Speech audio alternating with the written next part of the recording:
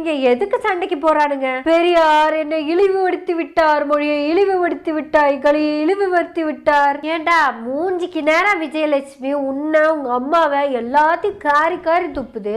அப்படி திட்டுற அந்த பொம்பளை கிட்ட போய் உன் தம்பி சாட்டை சேஞ்சு போய் அக்கா அக்கா அக்கா அக்கா அக்கா 40,000 தர்றக்கா, நீங்க பெங்களூரு பொங்குக்கா, புத்திரமா பொங்கக்கா அப்படின்னு பேசிட்டு இருந்தா. போயிட்டு போன் பண்ணி சொல்லுக்கா, அண்ணனுக்கு இன்ஃபார்ம் பண்ண முடியலங்கிற வரைக்கும் இறங்கி பேசுறாங்க. அப்புறம் இந்த பிள்ளை கிட்ட பணங்கிறதுக்கு உன் பொண்டாட்டி சொன்னதா நீ சொன்னியே, அந்த ஆடியோ கேக்குறியா?